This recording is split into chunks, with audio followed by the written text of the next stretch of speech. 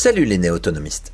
Nous nous sommes réunis avec les organisateurs du salon Vivre Autonome pour organiser une table ronde avec comme invité Laurence Bonnevie, gérante de No Man's Land, une agence d'architecture spécialisée en bâtiments passifs, biosourcés et environnementaux, Pierre Lécolo, militant pour la valorisation de l'eau pluviale et créateur du réseau national Perperuna, Michael Jarmoun, CIO et fondateur du site MyShop Solaire, Guillaume Bechet, ingénieur agronome spécialisé en aquaculture, fondateur d'Aquaponia et Ecologia, ainsi que Noël Delwick, cofondateur de la confrérie de la construction écologique et maître d'apprentissage. Ce reportage écoutable en podcast vous est présenté tout de suite sur l'archipel.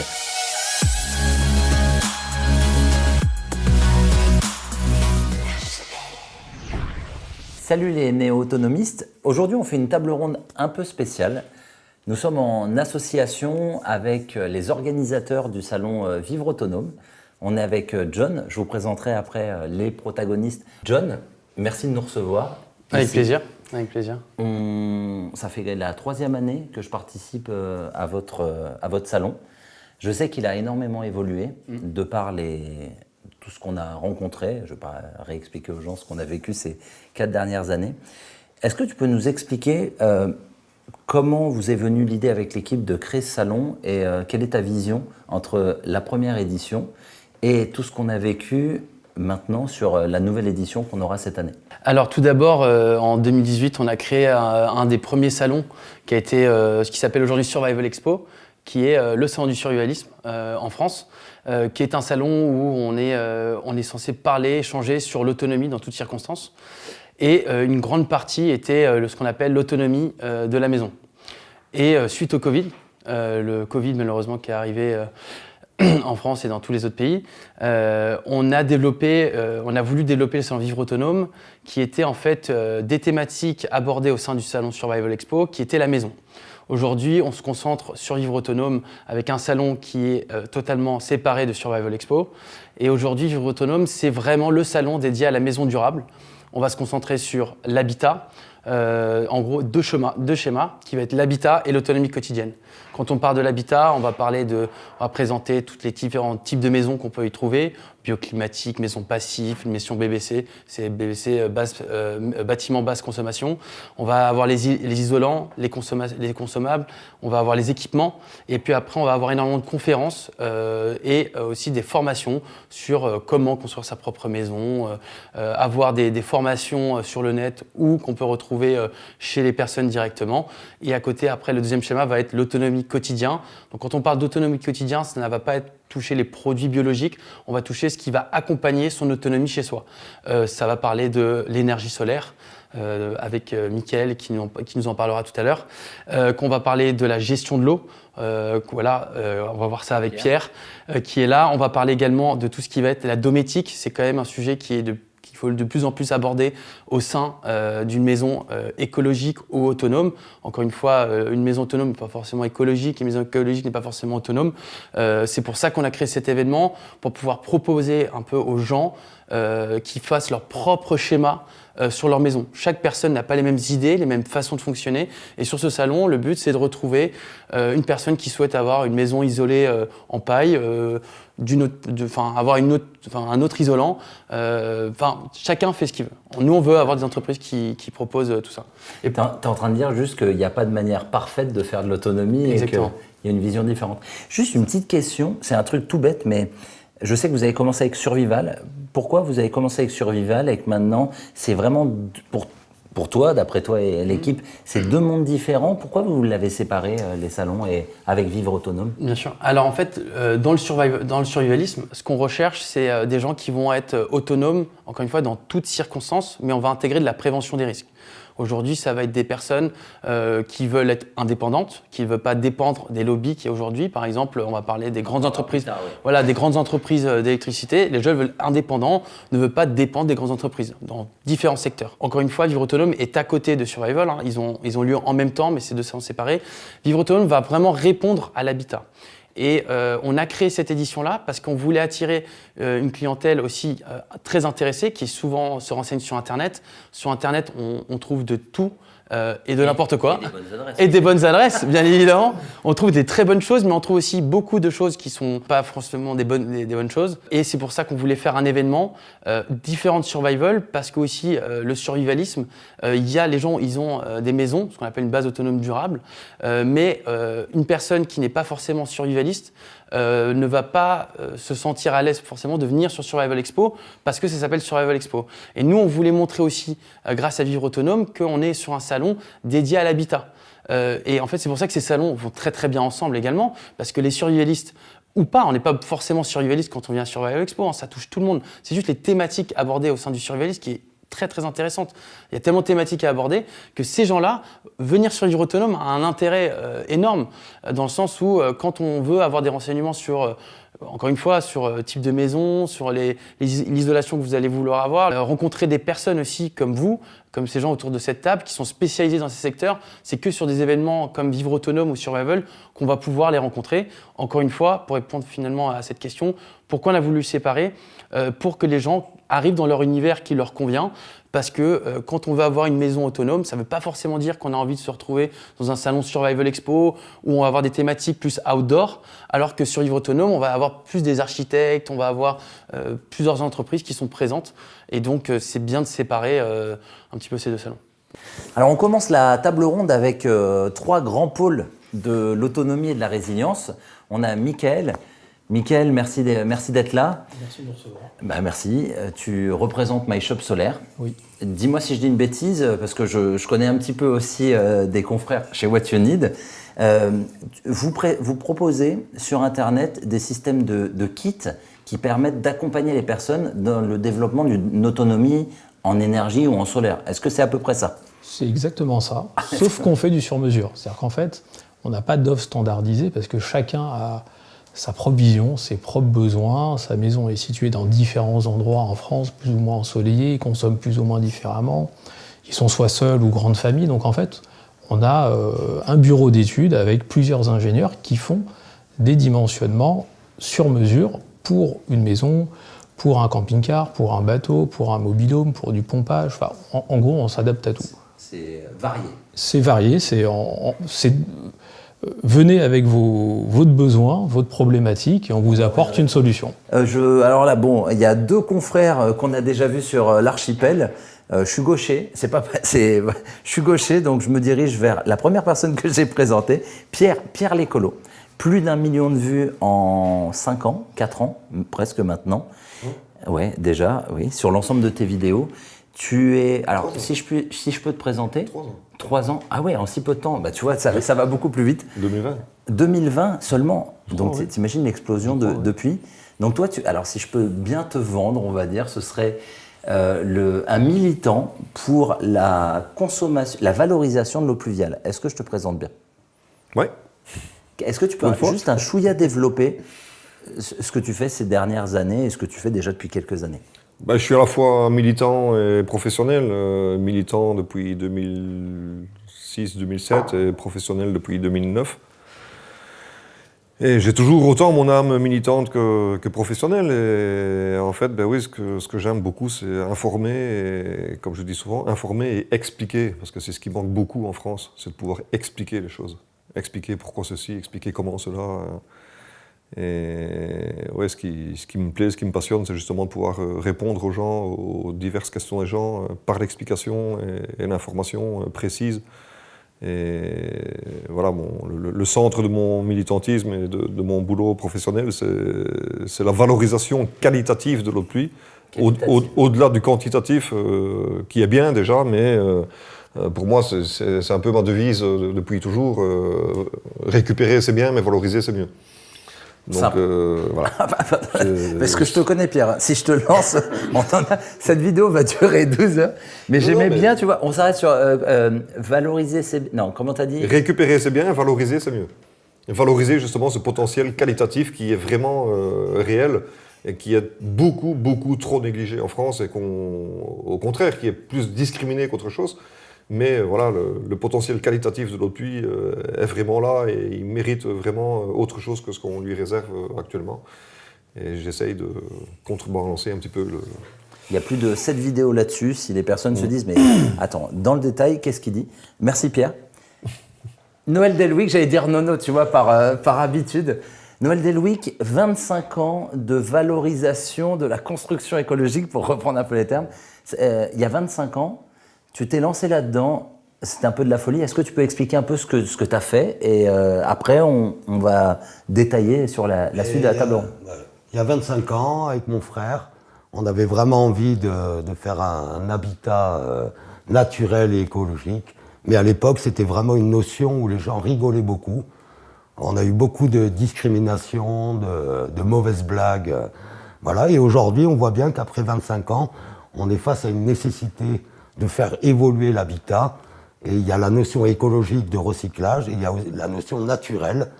Et donc, c'est vrai qu'avec l'expérience professionnelle de toutes ces années, on est arrivé de l'artisan classique aux personnes qui veulent aujourd'hui s'approprier ces techniques pour faire eux-mêmes.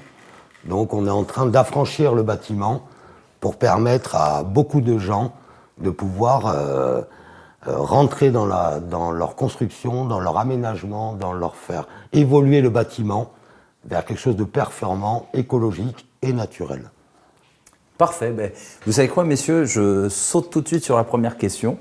Alors, je le dis aux abonnés, j'avais déjà, parce que j'aime pas quand on fait semblant de découvrir les choses, j'avais déjà une première question, je vous les ai envoyées, mais là, on a vraiment rebondi sur une chose pertinente, c'est qu'on a vécu une crise des gilets jaunes, rappelez-vous, c'était suite à quelque chose qui était quand même sur l'énergie, l'augmentation du prix de l'énergie. On a eu après une crise sanitaire, on a du chamboulement aux portes de l'Europe, on a eu aussi une explosion du prix de l'énergie.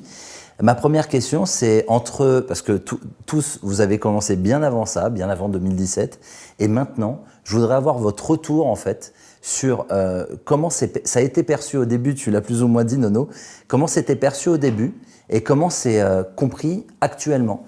Mickaël, rappelle-nous, donc ça fait 10 ans que 10 ans. le solaire existe, presque, en tout cas 10 ans. Et quelle était la vision au début, on t'a dit mais t'es fou de faire ça, ou est-ce que tu peux nous détailler? Il y a 10 ans, c'était un métier de niche, clairement. Il fallait trouver effectivement des personnes, puisqu'on est dans l'auto-installation, on ne propose pas d'installation, de pose, donc des personnes suffisamment bricoleurs pour installer par eux-mêmes le matériel. Donc on était sur un métier de niche, mais qui nous allait très bien. Et c'est vrai, comme tu disais, depuis 3 ans, on a eu des déclencheurs qui nous ont fait extrêmement croître. La demande a été énorme. On est passé d'une petite équipe de 3-4 personnes, on est 21 aujourd'hui. En combien de temps là En 10 ans, enfin surtout ces 3 ans. Ah ouais, surtout. Il y a une vidéo qui est sur notre chaîne YouTube, on était 7 dans des tout petits bureaux, elle date il y a 2 ans. On est sur des chiffres où on double presque chaque année. À chaque annonce gouvernementale, tu te dis ah tant mieux, ça va. Oui, mais le problème c'est qu'on n'est pas prêt, c'est que c'est pas évident. C'est-à-dire qu'en fait, on a des événements qui ne sont pas prévus, on subit, et ensuite à nous de s'adapter. Et dans notre métier, Bienvenue au club. Voilà, c'est oui, ça. On va détailler, mais c'est pour ça que on se doit, comme je parlais tout à l'heure, on fait des offres sur mesure, on a besoin d'ingénieurs, et aujourd'hui trouver des ingénieurs, ça demande du temps, de la formation. Et voilà, de la formation, effectivement. Et c'est vrai que effectivement, la crise des gilets jaunes a été un démarrage, clairement. Donc là, beaucoup de personnes se sont rendues compte que y a le début d'un cycle de hausse qui a été lancé.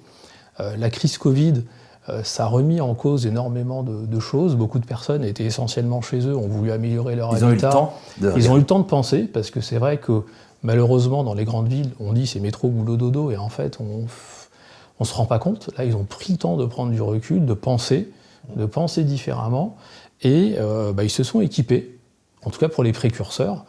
Et je vais dire, les retardataires, on les a vus il y a 1 an, avec jour pour jour, en panique, début de guerre Ukraine, où les gens se disent, ok, on a fait l'autruche ces dernières années, bon là, on n'a pas le choix, donc il faut y aller. Et c'est là où... depuis 1 an, c'est hallucinant le nombre de demandes qu'on a, mais qualifiées. Avant, il y avait toujours des demandes qu'on appelle touristes, un petit peu, c'est la curiosité. Est-ce que je peux devenir autonome? Est-ce que je peux faire ci? Est-ce que je peux faire ça? Là, les personnes viennent avec un projet ils le font, que ce soit chez nous ou ailleurs, mais en tout cas, ils vont le faire. Mais tu penses que quand ils viennent, c'est parce qu'ils ont eu le temps de se renseigner aussi, parce qu'en 3 ans, il y a eu de plus en plus, je me sens un peu concerné, mais de médias aussi pour expliquer aux gens ce qu'ils pouvaient faire. Voilà, il y a des exemples comme toi, Et comme vous d'autres aussi, chaînes, sur, comme le salon qui nous accueille, encore une fois, merci. Mais voilà, il y a des exemples aujourd'hui qui nous montrent la voie à suivre pour y aller. Effectivement, comme tu disais tout à l'heure, Noël, précurseur 25 ans, bon, nous ça fait 10 ans, mais ce que je veux dire, c'est qu'à l'époque, il fallait être, visionnaire. Oui, il fallait croire. Voilà, exactement. Aujourd'hui, Et résister aux drôles de remarques, parce Je suis qu'il l'a dit d'accord. aussi, on se moquait. Je suis d'accord. Et même nous, il y a 10 ans, quand on a démarré, ah bon, ça marche, bon, bah ok, tant mieux. Si tu gagnes ta vie comme ça, tant mieux, bah oui. Mais sauf qu'aujourd'hui, on est dans un... Voilà, c'est devenu une évidence. S'équiper, être de plus en plus sobre énergétiquement, parce que techniquement, on peut tout faire, hein, mais après, le budget, voilà. Donc le budget freine, donc il faut s'équiper, mais apporter de la sobriété énergétique qui va pour que ce soit abordable et réalisable, parce que techniquement, on peut tout faire. Pierre, toi, il y a quelques années aussi, tu étais déjà installateur, et tu voulais rajouter quelque chose dessus, Mick? Ça va très bien. Ça va. Merci. Mais parce que vous allez voir un truc. Pourquoi mes questions? Parce que vous allez voir que dans 80% des cas, il y a beaucoup de similitudes. Pierre, toi, quand tu installais, moi, quand j'ai commencé à te présenter, les gens m'ont dit « Mais attendez, je viens d'étudier son installation au prix du mètre cube d'eau sur le réseau conventionnel, j'arrive pas à comprendre. » Et toi, tu m'as dit une chose qui m'a un peu ouvert, et continue peut-être un peu sur ce que je vais dire, mais toi, tu disais « Mais les gens cherchent une qualité d'eau et pas spécialement un prix de l'eau, bien sûr intéressant, mais est-ce que ça a évolué depuis par rapport à la question de base? Est-ce que quand ils sont arrivés, les gens, il y a 10 ans, sur leur demande et maintenant, tu as senti une différence de... Sur les motivations premières, non. Sur les motivations premières, non. Ça a toujours été une recherche qualitative avant tout. C'est pas du tout, moi les gens qui me contactent, c'est pas du tout dans un esprit d'économie sur facture et tout, de chercher un coût d'amortissement et tout, non. Parce que depuis 15 ans, j'ai jamais eu, ne fût-ce que la question, la demande de faire un calcul de retour sur investissement. D'accord, c'est intéressant. C'est Parce pas- que je pense que sur l'énergie, Oui. peut-être un peu. Nous, d'ailleurs, on le fait pas. Ben voilà. Ah ouais. Non, Tu vois, je pensais. Ah non, Parce que là, on le ça aurait fait été pas. vendeur, hein, pour le coup, vu le prix de l'énergie Non. maintenant. Nous, on leur dit apportez-nous votre problématique, on vous apporte une solution. Cette solution va fonctionner. Après, C'est la vous même. vouliez ou pas, faut pas que ce soit un déclencheur, en fait, l'argent, en fait. Il faut que ce soit une motivation, un raisonnement, une modification de ses habitudes de vie. Et après, effectivement, la finalité, c'est, oui, clairement, il y a des économies à faire. Mais c'est pas le déclencheur, en fait. Ouais, le budget est souvent quand même la première chose qui va t'orienter dans ton projet. Enfin, à titre perso, moi, si j'avais pas eu le budget, ça aurait été qu'un rêve. Je te le dis, mais il y a peut-être 6 ans. Pas pour tout le monde, pas pour tout le monde. Exactement. La mentalité a quand même évolué. Et aujourd'hui, surtout dans le bâtiment, les gens veulent une éthique. Donc, à travers leur investissement, ils veulent aussi qu'il y ait un code éthique derrière. Et donc, on retrouve la parallèle entre nous trois, où la motivation, c'est pas toujours l'argent, c'est aussi le code éthique. Ils veulent rentrer dans une logique écologique, durable, environnementale, qui sont quand même des notions qu'il y a encore quelques années, elles n'existaient pas. Voilà. Mais je te rejoins sur l'éthique. Une des questions qui revient très régulièrement, c'est d'où vient le matériel que vous proposez. Avant, mais on nous demandait jamais. Là maintenant, mais non, parce que ça nous oblige. Alors, pas oblige, on le fait avec plaisir, pardon. Mais en tout cas, ça nous incite à aller voir des fabricants français, à leur dire qu'il y a une demande, il faut s'y adapter, etc. Alors, je ne suis pas là pour faire notre publicité, mais en tout cas, tant qu'on peut. Profitez-en. Voilà. Non, mais ce que je veux dire, c'est que voilà, on propose C'est une logique de des panneaux transparence aussi. solaires fabriqués. Voilà, exactement. En fait, les gens veulent savoir ce qu'ils achètent. On ne te posait où pas ça c'est il y a 10 ans, fabriqué. et maintenant on te le pose. Oui, Ça, c'est ouf. oui. Ah ouais. Clairement, c'est pas à chaque fois, mais quasi, parce que, alors encore une fois, pour des raisons économiques, ça coûte un peu plus cher le matériel fabriqué près de chez nous, plutôt que qui vient de l'autre bout du monde. C'est absurde, mais c'est comme ça. Quand on a le matériel, parce que moi dans Aussi. mon domaine, j'ai très peu de matériel Aussi. français, parce qu'en France, il n'y a pratiquement plus rien. Oui. Et je me permets de rebondir sur ce que dit Pierre. Mickaël, tu vas peut-être me confirmer, mais je sais que le fait qu'on n'ait pas mis assez de taxes en Europe sur ce qui venait de Chine, L'importation, oui. sur l'importation, ça a énormément ruiné certains marchés en Europe. Est-ce que tu le confirmes ou est-ce que... Oui. Oui, nous on travaillait il y a quelques années, enfin au tout début, avec, je vais le citer, une société qui s'appelle SolarWorld, qui était le premier fabricant européen de panneaux solaires, qui était allemand, 4500 employés, ils n'ont pas tenu. Ah ouais, Ils n'ont pas tenu. C'est triste parce que ils ont fait faillite. Ils fabriquaient tout. Ils fabriquaient les cellules solaires, ils assemblaient les cellules en panneaux, enfin c'était extraordinaire. Ça n'a pas tenu, c'est triste. Et qu'est-ce qui a tué? C'est le marché chinois, Mais justement. on fait rien en Europe C'est de toute façon pour protéger. C'est l'importation. Au contraire des États-Unis, où là c'est Une politique de. ah oui, c'est des droits de douane, etc. On fait rien en Europe pour protéger la production européenne. Hein. Et est-ce qu'en Europe, on fait quelque chose pour protéger une bonne valorisation de l'eau pluviale, Pierre? Alors, on en parlera plus tard, alors, parce que j'ai une question aussi là-dessus. Je voulais juste le peu veut tout dire. Mais je vais quand même terminer sur la question pardon, que tu m'avais posée. vas-y, moi je vous laisse les gars, maintenant que je vous ai lancé. Que j'ai pas trop répondu, mais là tout à l'heure tu parlais, voilà, les gens nous posent une problématique, on apporte une réponse, une solution. Moi c'est pas forcément une problématique, je veux dire, c'est vraiment une motivation. Et ça c'est ce qui me plaît beaucoup dans presque toute ma clientèle, c'est vraiment une vraie motivation. Ils sont pas forcément dans un problème, ils sont pas forcément dans un besoin, ils sont vraiment dans une motivation, dans une recherche qualitative, d'en avoir marre de devoir dépendre déjà des conditions de la distribution publique et de la qualité de l'eau publique. Ils veulent vraiment rechercher une autre qualité d'eau pour leur confort quotidien, pour leur santé, pour le plaisir aussi de ce confort hydrique.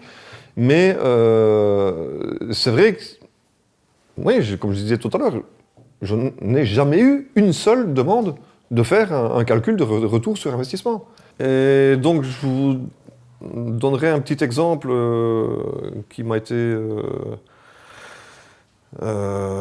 j'étais content d'avoir ce retour, et si ce couple nous regarde, je les en remercie grandement parce que c'est quand même surprenant. Mais tout simplement un couple qui m'a contacté en me disant voilà, on est sur le point d'acheter un terrain avec une maison. C'est pas vraiment la maison qui nous intéressait, c'était beaucoup plus le terrain lui-même, toute la configuration du terrain, le paysage et tout. Et on a vraiment eu un gros coup de cœur pour ce terrain. Maintenant, avant de passer à l'acte d'achat, on voulait savoir est-ce que l'autonomie en eau est possible sur cette maison, sur ce terrain. Et puis bon, ils m'ont envoyé les caractéristiques et tout. J'ai dit bon, il n'y a pas beaucoup de surface de toiture. Vous êtes dans une région où ça pleut pas beaucoup et tout. C'était où? On peut la citer. Je sais plus, je saurais plus te dire. Vaucluse ou région PACA? Non, je sais plus. J'en ai tellement, je peux plus te dire. Oh. Bah non, mais bon. Voilà, sur les caractéristiques du projet, de la configuration de la maison et tout, sans encore avoir fait le calcul de dimensionnement précisément, je dis malheureusement, je crains que l'autonomie complète, en tout cas, ce ne soit pas possible. Une autonomie partielle peut-être, mais l'autonomie complète, je suis presque sûr que ce ne sera pas possible. Ah mince, c'est tout. Donc, ils ont réfléchi, et après ils m'ont renvoyé un mail en me disant si c'est pas possible pour nous l'autonomie au puits, on passe à autre chose. Et genre on déménage ou ouais. Ah ouais, carrément. Ils ont eu un gros coup de cœur là pour un terrain. Il y avait une maison dessus et tout. Bon, la maison leur plaisait et tout, mais ils ont eu un gros coup de cœur pour le terrain surtout. Mais le fait que l'autonomie complète en eau de pluie ne soit pas possible sur cette maison, ils ont dit tant pis pour le coup de cœur, on cherche autre chose où l'autonomie sera possible. Mais ça, on le voit en 2023. T'imagines Ah oui, j'imagine. Motivation. Sacrifier un coup de cœur quand même, simplement pour dire si l'autonomie en eau n'est pas possible, on passe à autre chose, quoi. Et on cherche quelque chose qui est possible. Mais Pierre, tu parles quand même d'une époque où les gens, il y avait vraiment, et c'est un peu, je refais une parallèle avec moi, pendant de longues années, il y avait des individus qui avaient des convictions. Je reviens aussi à la parallèle, sauf que le monde a changé, et là aujourd'hui, ça s'est démocratisé. La réflexion de l'eau, la réflexion de l'énergie et de la réhabilitation des bâtiments ont changé tous les paramètres. En quelques années, les gens ont pris conscience, je pèse bien les mots, qu'on ne pouvait pas continuer dans cette direction-là sans aucune conscience. Mais c'est ce que je dis depuis des années et des années, depuis mes débuts. Encore maintenant, malheureusement, même 15 ans après, je me rends compte qu'il y a encore beaucoup trop de gens qui n'ont pas conscience de ce que l'eau représente au quotidien, de ce que l'eau représente dans leur vie, de ce que l'eau représente dans leur santé et tout. Mais il y a quand même une évolution, lente, mais il y a quand même une évolution. Et je constate, moi, et surtout, quand on parlait tout à l'heure de la crise Covid, pour moi, la crise Covid a été quelque chose de terrible, de dramatique, dans beaucoup de sens du terme. Mais à côté de ça, merci. Merci la crise Covid. Ça a permis de Merci réfléchir. à ce qu'elle a permis. Parce qu'elle a eu aussi ce bon côté, justement, ces prises de conscience au sein de la population, d'une certaine tranche de la population, où les gens, oui, comme tu disais tout à l'heure, ont commencé à voir les choses différemment, à réfléchir, à concevoir les choses de leur vie différemment. Et là, oui, merci la crise Covid à ce niveau-là. C'est pour ça que ta chaîne aussi a explosé, heureusement. Mais là, oui, il y a eu une évolution à ce niveau-là. Mais c'est encore faible. Ça s'amorce, ça évolue, mais c'est encore faible. Mais à côté de ça, oui, il y a vraiment une prise de conscience, il y a une évolution des consciences, une évolution de ce que les gens maintenant considèrent dans leur propre vie, dans leur propre quotidien. Et ça, c'est super encourageant. Et ça, oui, absolument. Avant, ils n'avaient pas le temps de Absolument. réfléchir. En fait, on est quand même juste en train de s'apercevoir, en 365 jours, on nous a dit qu'on allait peut-être manquer d'électricité, qu'on allait être coupé, Mickaël. On nous a dit en ce moment il a très peu plu cet été, et on nous dit qu'on va peut-être avoir froid parce que manque d'électricité fait qu'on va avoir froid.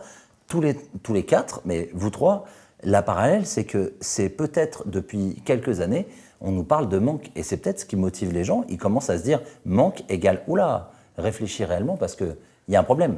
Réfléchir et se débrouiller tout seul. Parce qu'on ne peut pas compter sur... On ne sera pas aidé. Voilà, on ne sera pas aidé. Donc en gros, il faut qu'on trouve la solution par nous-mêmes. D'où l'autonomie, que ce soit énergétique, eau ou habitat, parce que clairement, il faut qu'on compte sur nous-mêmes. Alors moi, pour parler de mon domaine à moi, Nono, parce c'est que là le pour coût ça. énergétique, c'est une partie du budget de la maison, le coût de l'eau, c'en est une autre, mais la réhabilitation des patrimoines ou la construction, c'est le coût le plus gros. Donc on se retrouve aujourd'hui avec une crise des matériaux et le coût de réhabilitation des maisons qui arrive à un tel niveau que les gens se sont posé la question, on n'a plus l'argent pour faire. Il nous reste quelle option? Faire nous-mêmes. Et moi, je peux le dire, je peux témoigner en 25 ans de travail d'artisan, il y a moins de 10 ans, aucun de mes clients me disait « je veux faire moi-même ». Là, j'arrive aujourd'hui où la plupart des gens n'ont déjà plus les moyens. Deuxièmement, ils veulent accéder à un niveau écologique, naturel, et donc ils vont vers une direction éthique et tout ça. Donc on se retrouve vraiment avec une conjoncture d'événements où réellement les problématiques se posent, les nouvelles problématiques se posent. Moi, je voudrais qu'on parle un peu en termes d'investissement, parce que quand je me suis lancé, c'est une chose qui m'a vraiment marqué, et j'en entends souvent parler, et je le vois aussi en commentaire. On me dit, c'est bien beau de vouloir développer son autonomie, mais ça coûte cher. Et souvent, j'explique aux personnes qu'en fait, on parle en termes d'investissement. Est-ce que, par rapport à ma question, vous voyez un petit peu, vous, par rapport à vos domaines, si on parle d'investissement en santé, en énergie, donc en temps gagné, ou en argent, Noël, par exemple, si quelqu'un vient te voir pour améliorer son habitat, j'ai déjà ma petite idée, mais quel sera l'investissement sur le long terme pour les personnes? Qu'est-ce qu'ils vont vraiment retrouver? Alors, on est vraiment, encore une fois, dans le cadre d'un investissement presque d'une vie. Et donc, on est face à beaucoup de gens, beaucoup de personnes qui se retrouvent avec un habitat ou l'envie de construire un habitat. Et ils vont injecter, en gros, pour la moyenne des gens, une trentaine d'années de leur vie pour financer leur habitat. Donc, on est sur le budget le plus gros, en gros, d'une vie. L'électricité, l'eau, restent des budgets qui sont onéreux, mais qui n'ont pas la dimension du bâtiment.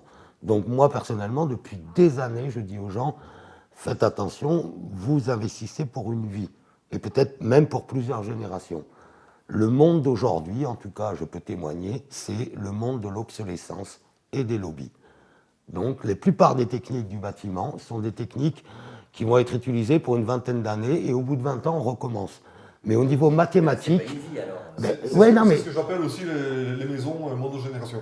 Voilà, donc en plus, il y a une nouvelle notion qui vient de rentrer et qui est en train d'embêter beaucoup de gens par rapport à l'investissement, c'est le taux d'usure de la maison.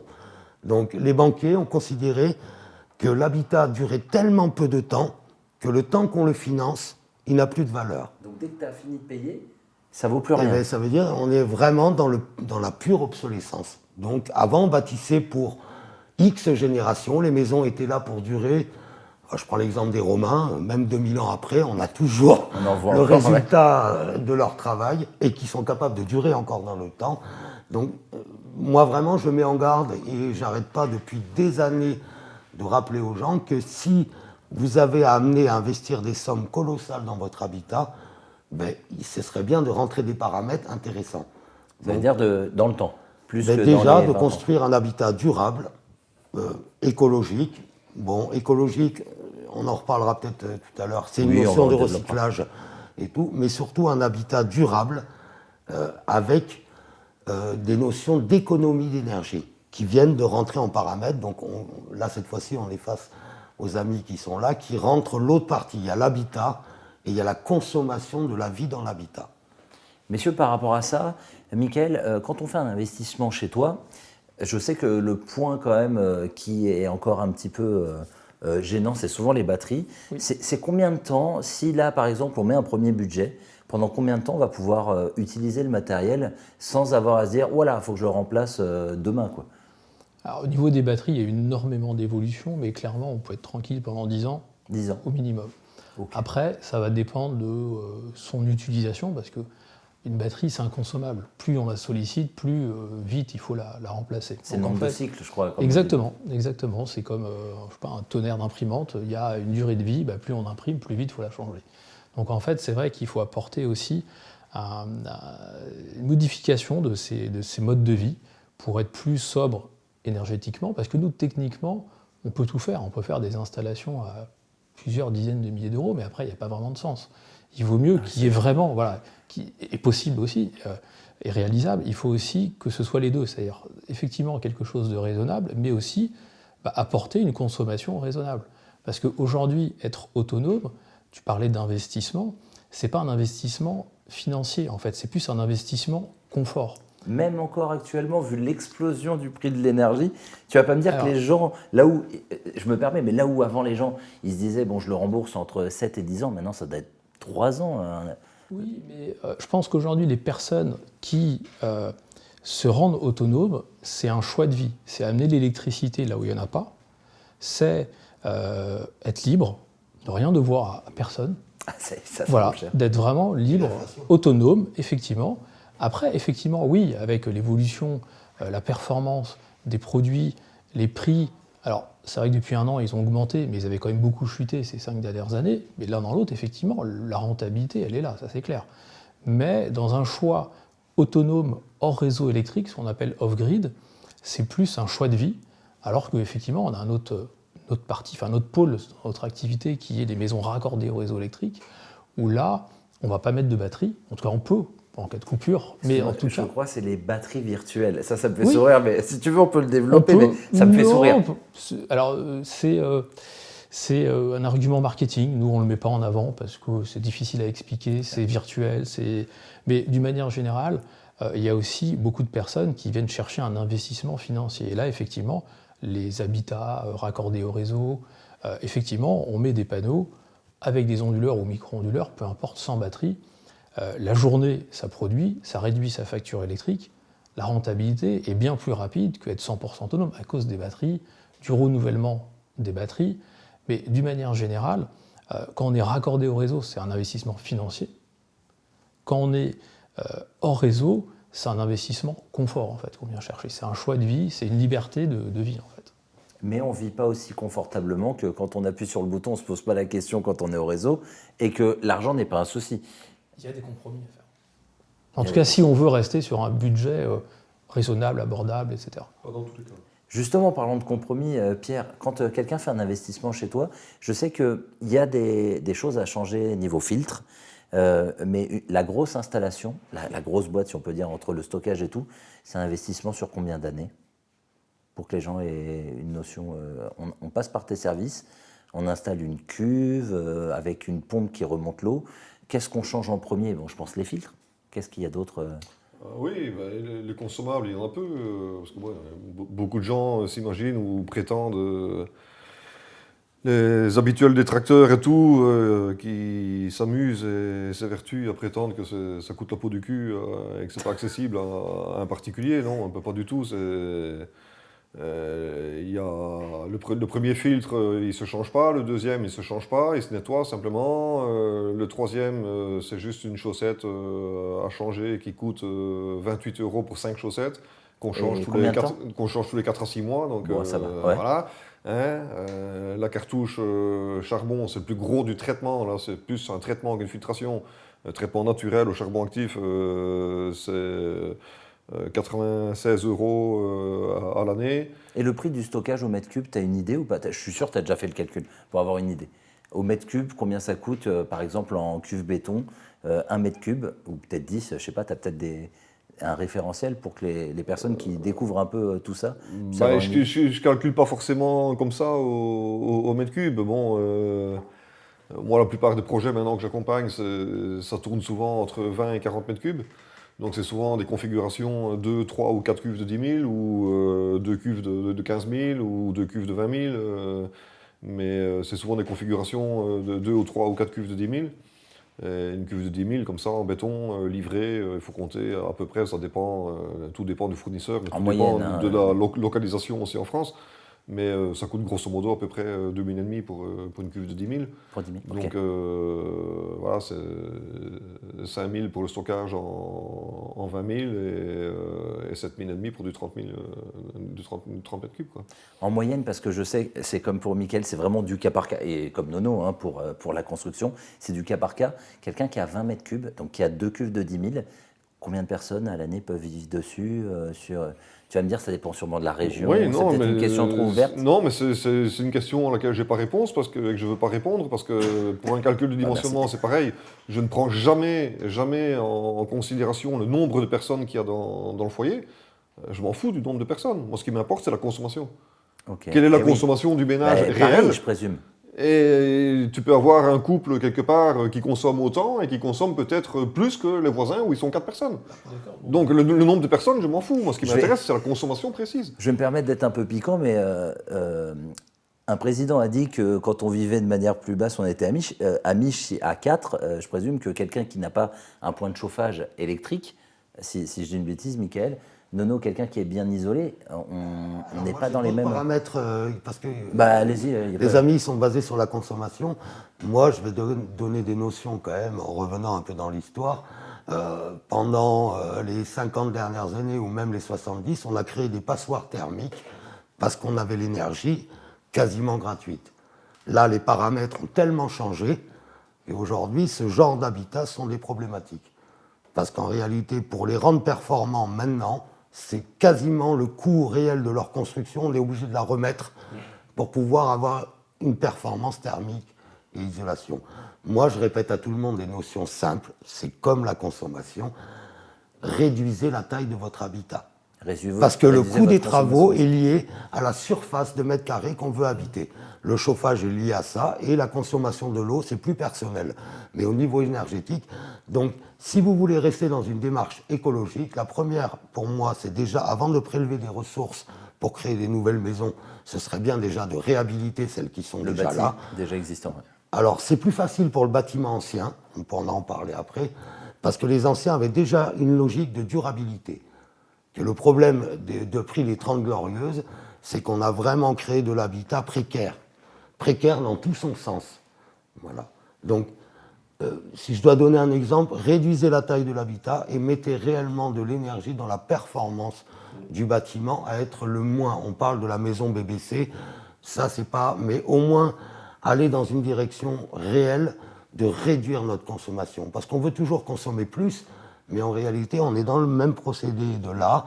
L'intérêt, c'est plutôt d'expliquer aux gens d'être plus économes dans la consommation ou dans la réalisation de leur maison. Mickaël, tu le prends en compte ça, par exemple, quelqu'un qui te dit j'ai des convecteurs pour me chauffer, tout ça C'est catastrophe. C'est le cas. Ah oui, quand des personnes nous disent effectivement j'ai une maison avec des radiateurs électriques, comment on peut faire pour baisser sa facture électrique des radiateurs? Perdre les cheveux. C'est ce qu'on ne veut pas entendre en fait. C'est clairement... les panneaux solaires en hiver produisent, bien entendu, mais 2 fois et demi moins qu'en plein été. Et en hiver, c'est là qu'on allume les convecteurs, et principalement le soir, quand en plus il n'y a même pas de soleil. Donc, bref, c'est ce qu'on ne veut pas entendre. Les journées sont courtes en hiver. Ah oui, c'est clairement, c'est triste, mais effectivement, c'est des choix qui ont été faits il y a quelques années. Aujourd'hui, on les paie. On n'a pas de solution magique. Tu as le même problème en hiver. Peut-être que les problèmes qu'on rencontre en été maintenant, on n'a plus d'eau. Oui, c'est là aussi où il y a des points. Les climatiseurs, que ce soit le chauffage oui. et la réfrigération des maisons, on les demande une double problématique. Oui. Bon, après, nous, les climatiseurs, c'est plutôt sympa parce que c'est vrai qu'en été, voilà, il y a une surproduction, il y a des consommations extraordinaires comme la clim en été. C'est plutôt sympa d'avoir de la clim quasi gratuite en été.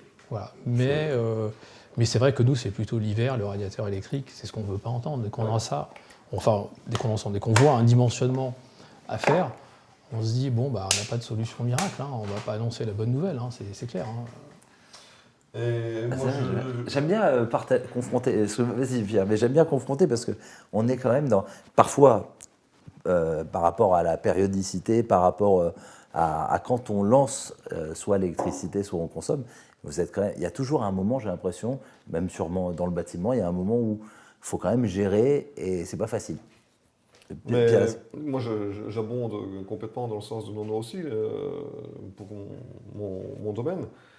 Parce que avec mon groupe, ça fait 2 fois en 2 ans qu'on fait vachement évoluer notre tableur de dimensionnement, de potentiel de récupération et de dimensionnement du stockage. À cause de ce qu'on voit sur le climat ? Non, c'est juste qu'on l'a fait performer, je veux dire, on l'a redéveloppé de manière beaucoup plus poussée, beaucoup plus pointue. Et en fait, sur cette dernière version, on a pu gérer plusieurs curseurs qui sont paramétrables. Et en fait, on a testé avec mon groupe, on a fait plusieurs simulations, et on a testé différents cas de figure. Et en fait, des cas de figure où on ne peut pas être en autonomie complète, on essaye de monter le curseur surface de récupération. C'est l'inverse. Ça ne change pas grand-chose. On essaye de monter le curseur pluviométrie. Voilà, Ça améliore, mais ça ne change pas grand-chose. On essaye de diminuer le curseur consommation. Ah, là, tout de suite, on voit que ça change. C'est là-dessus qu'on peut réellement agir. Oui, mais on l'a vraiment testé en plusieurs simulations, sur plusieurs cas de figure et tout. Et c'est clair, le paramètre prioritaire et tout, c'est baisser la consommation.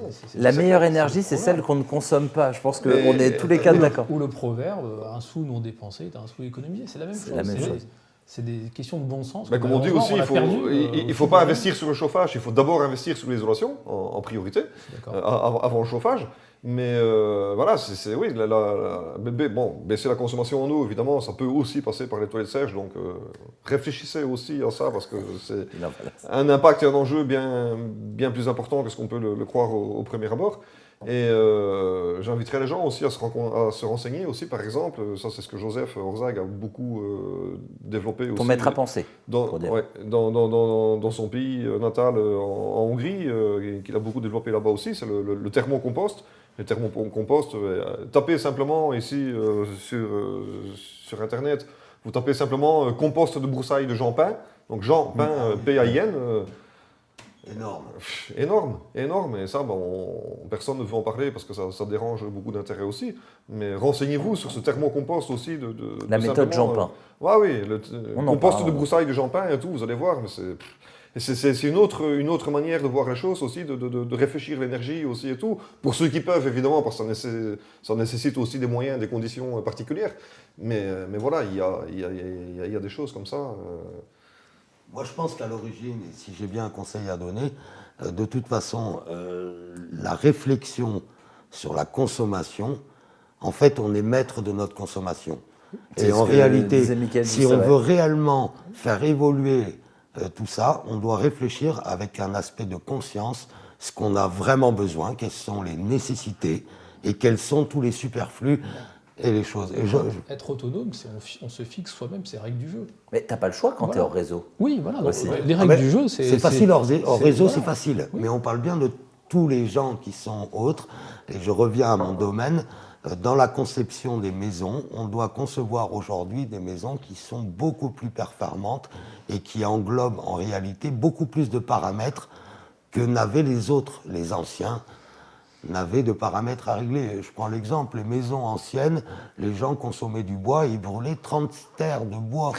Si maintenant on isole la maison et on modifie nos habitudes de consommation, on peut réduire par 90% de notre consommation. Ça t'arrive justement, Mickaël, de dire aux gens, je suis désolé, mais là, il y a un moment, je ne sais pas si toi tu as le droit, ou t'es technico ou ingénieur commerciaux, est-ce qu'ils ont le droit de dire à un moment, je suis désolé, mais là, vous touchez pas terre, c'est trop. Est-ce que vous avez conscience? Est-ce que ça... Non, tous les jours.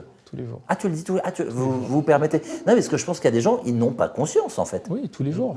On dit, désolé, mais c'est pas réalisable. Parce que le problème, c'est que nous, on n'est pas là à vendre pour vendre, parce que si on vend, le boomerang, dans 2, 3, 4 mois, on le reprend en pleine figure. Oui, on vous te avez vendu rappelle, quelque chose qui ouais. n'est pas adapté.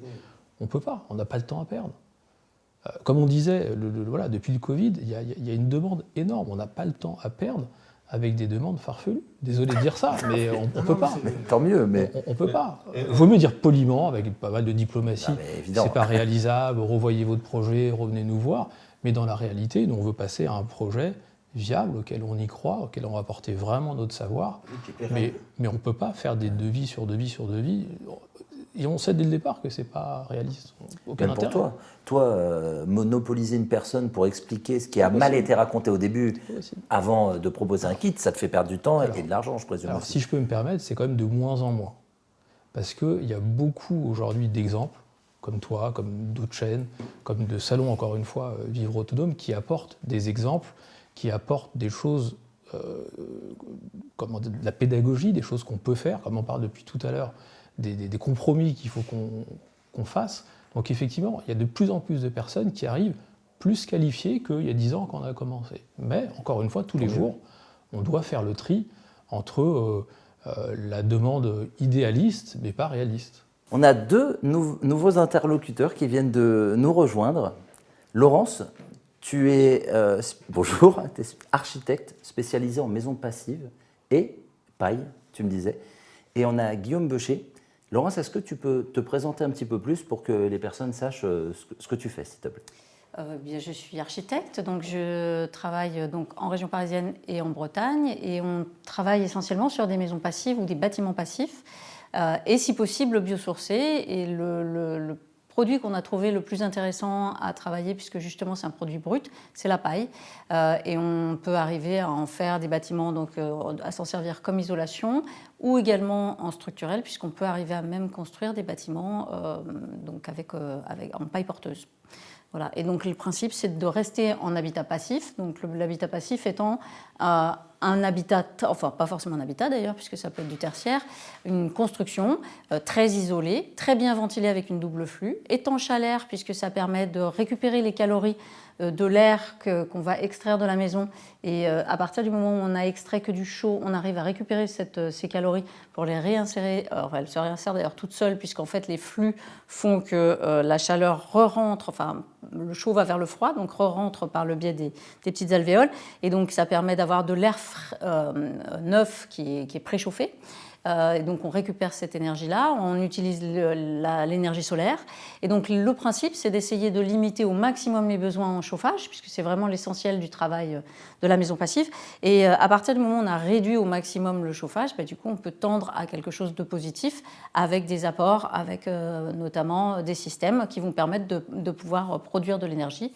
Donc ce sera beaucoup plus facile d'arriver à avoir une maison autonome avec quelque chose qui est parti avec de très petits besoins, alors que si on a une maison qui est très déperditive, forcément, ça sera très gourmand et donc des gros systèmes très chers.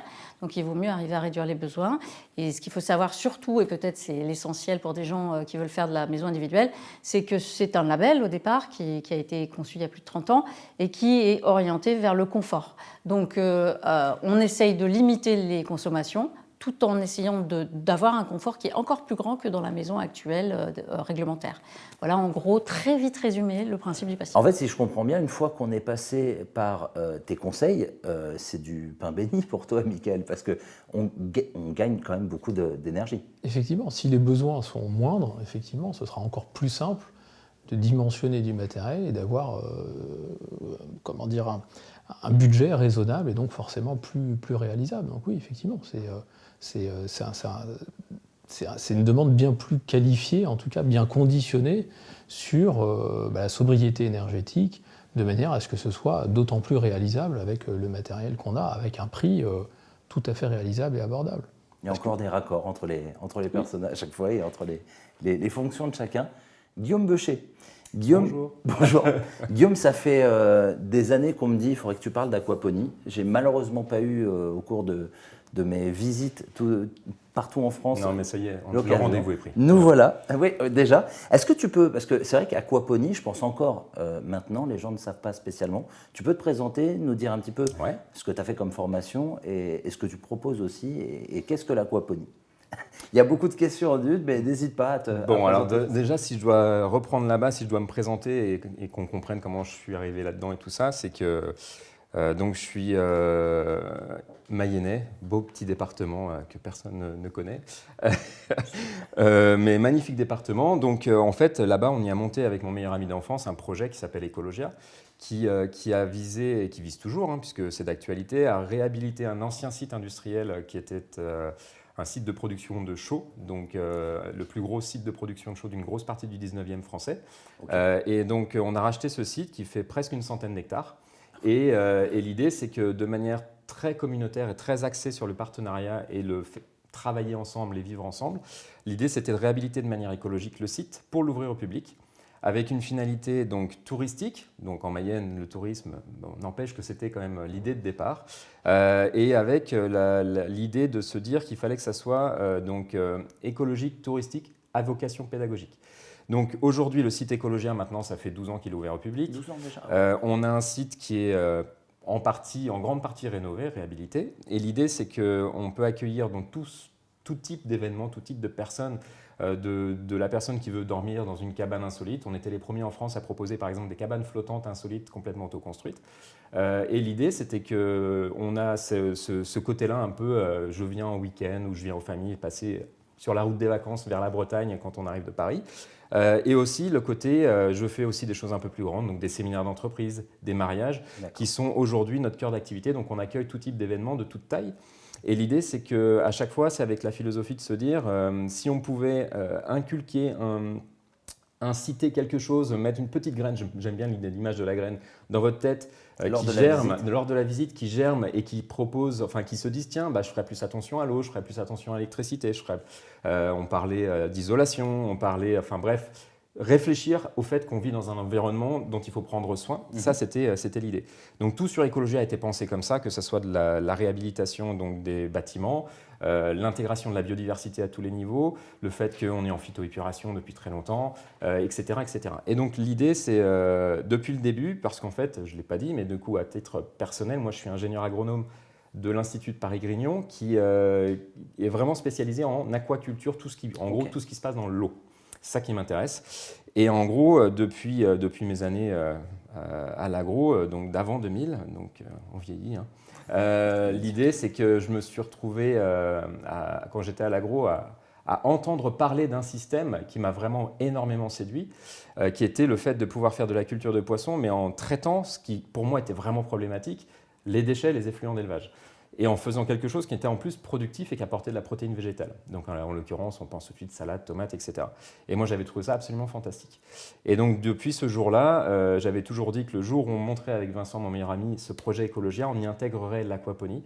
Donc il faut savoir que l'aquaponie, donc ce ne sont pas des poneys dans une piscine. Ah oui, donc, on m'a déjà fait la donc blague. Voilà, l'idée c'est de coproduire. Donc c'est un système hors sol, donc c'est important, tous les mots sont importants. C'est que c'est un système hors sol, donc on produit, on n'a pas besoin de terre, on peut se mettre n'importe où.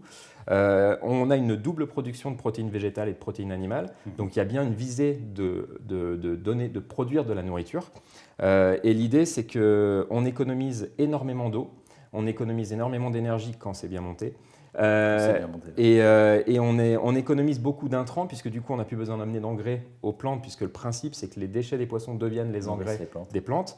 Et donc, et on économise de l'espace fatalement, puisqu'on peut s'installer absolument n'importe où. Donc on pense tout de suite les toits des immeubles, etc. C'est pas forcément que ça, d'ailleurs, c'est pas forcément la meilleure idée, on pourra en reparler. Peut-être avec le poids de l'eau. Exactement, souvent, en l'occurrence, c'est la seule surface horizontale d'un bâtiment, en tout cas de tous les bâtiments anciens, qui n'a jamais été faite pour porter une charge. Donc ils mettent un bassin qui fait 3 tonnes, la question se pose. Donc l'eau, ça pèse lourd. Et dis-moi, est-ce que l'eau doit être chauffée? Parce que là, je ferais une parallèle simple, peut-être. Eh bien, justement, c'est toutes ces problématiques autour de l'aquaponie. En fait, l'aquaponie, je voudrais juste terminer sur l'aquaponie. Pour moi, s'il faut retenir un truc, le plus important, c'est qu'on essaie de créer un écosystème dans un espace confiné maîtrisé par l'homme. Mais vraiment, l'idée, c'est de reproduire un écosystème. C'est-à-dire qu'on est vraiment complètement dépendant des lois de la nature. Moi, j'aime beaucoup parler d'eau vivante sur l'eau qui circule, etc.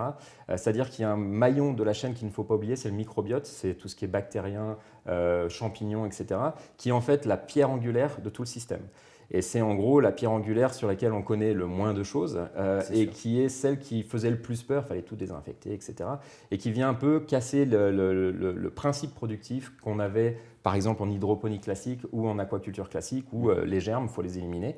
Là, l'idée, c'est plutôt de se dire non, il faut qu'il y ait un maximum de vie là-dedans et que les écosystèmes se mettent en place de manière à être stables, productifs et aussi résilients. En fait, l'idée, c'est qu'ils sont beaucoup plus résilients dès lors qu'il y a une flore bactérienne installée.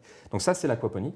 Et on est devenu donc, on a monté donc Aquaponia, qui est une marque aujourd'hui d'Ecologia, qui vise à développer l'aquaponie sous toutes ses formes.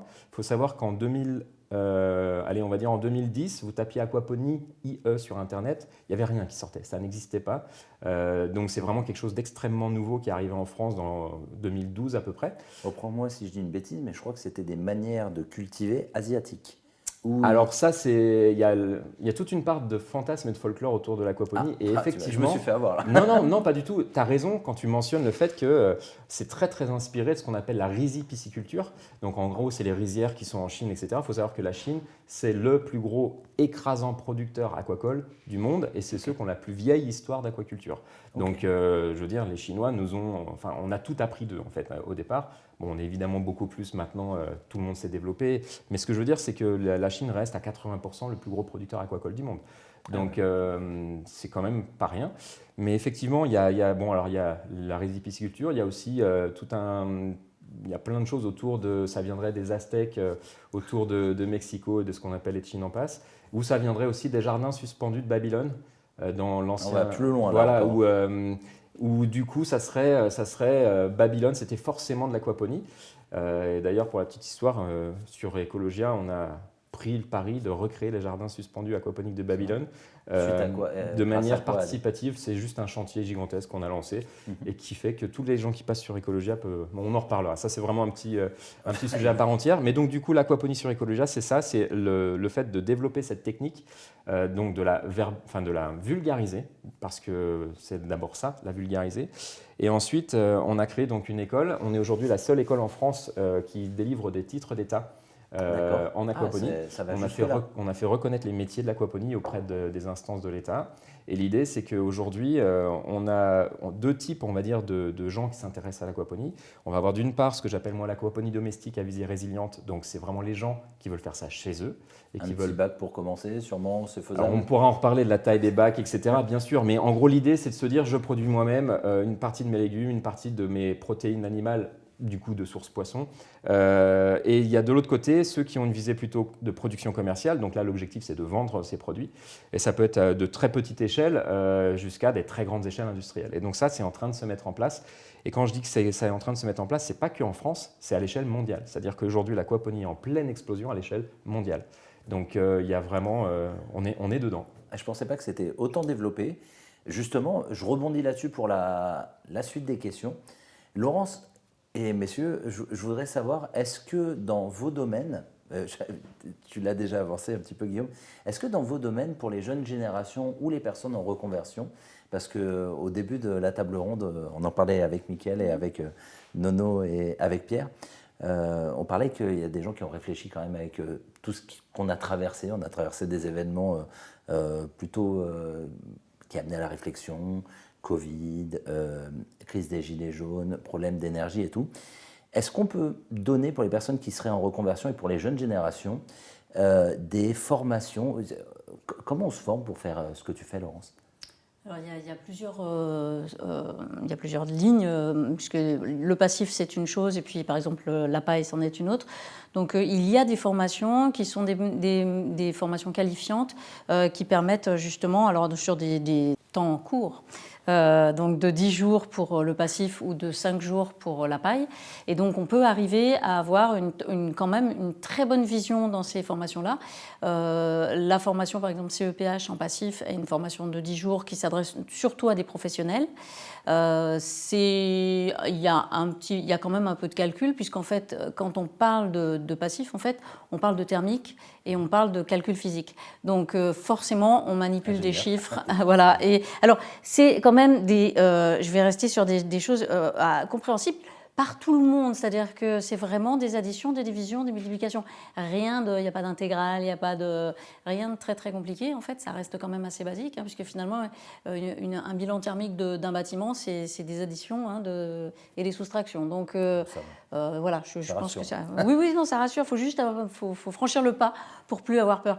Et donc cette formation, elle permet justement de vraiment comprendre ce qui se passe à l'intérieur d'un bâtiment et vraiment s'aguerrir sur les concepts physiques qui se passent. Donc ça, c'est très bien. Et puis, il y a une formation que moi, j'aime beaucoup aussi, qui est du côté de la paille, qui est une formation qui permet justement de rendre assurable tous les gens qui font de la conception paille. Donc, c'est ce qu'on appelle la formation pro-paille. Et donc, elle est diffusée partout en France aussi. Elle est vraiment très intéressante pour apprendre à faire soit sa maison, si on est en autoconstructeur, soit si on est concepteur ou entreprise ou ingénieur, que sais-je, à pouvoir assurer quelque chose qu'on aura conçu, puisqu'il faut quand même, il y a des règles.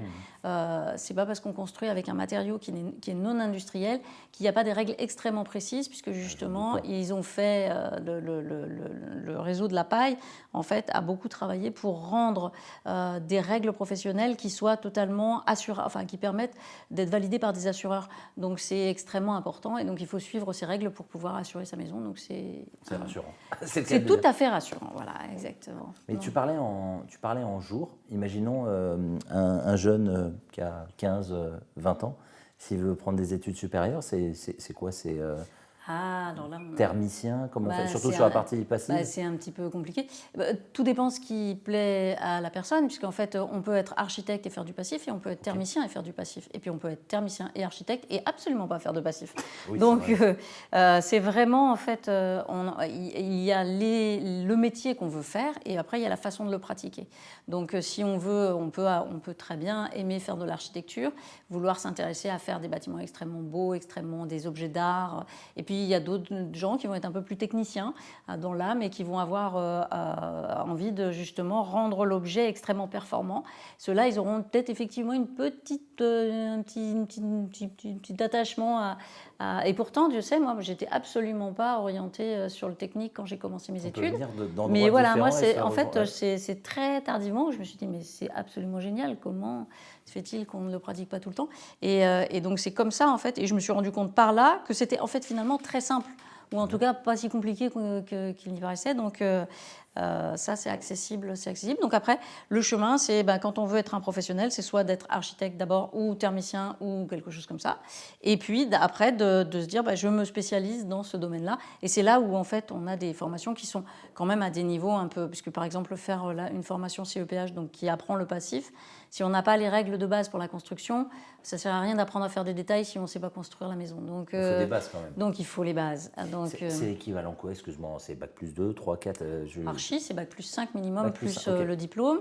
Alors, thermicien, je n'ai jamais fait des études de thermique, je ne sais pas.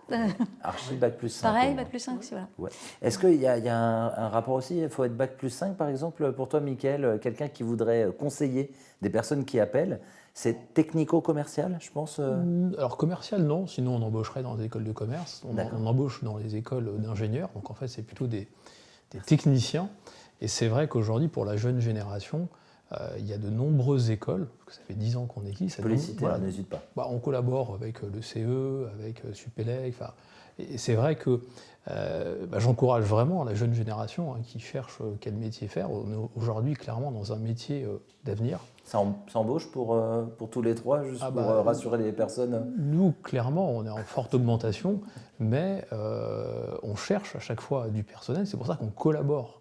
Je suis vraiment collaboré avec ces écoles pour qu'en chaque fin de formation, ça met effectivement bac plus 5, qu'ils nous envoient peut-être 1 ou 2 ans avant des stagiaires pour les mettre un petit peu le pied à l'étrier, etc. Mais après, effectivement, nous, ce qu'on a envie, c'est de les garder.